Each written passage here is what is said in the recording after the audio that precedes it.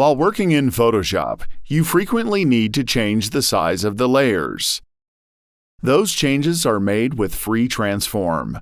You can find it in the Edit menu or with the keyboard shortcut Ctrl and T. Upon choosing this option, you can make changes to the size of the layer and rotate it left, right, at 90, 180, or 360 degrees.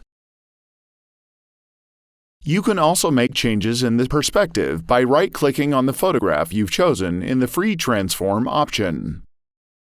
While changing the size, hold down Shift in order not to distort the proportions of the picture.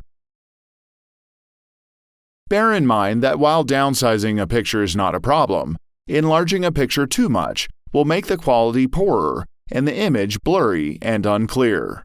When you're ready, confirm your changes by pressing Enter or choosing Check from the options at the top. Another possibility is to make changes to more than one layer. You need to select both layers and hold down Shift. This will allow you to make changes to more than one layer at the same time.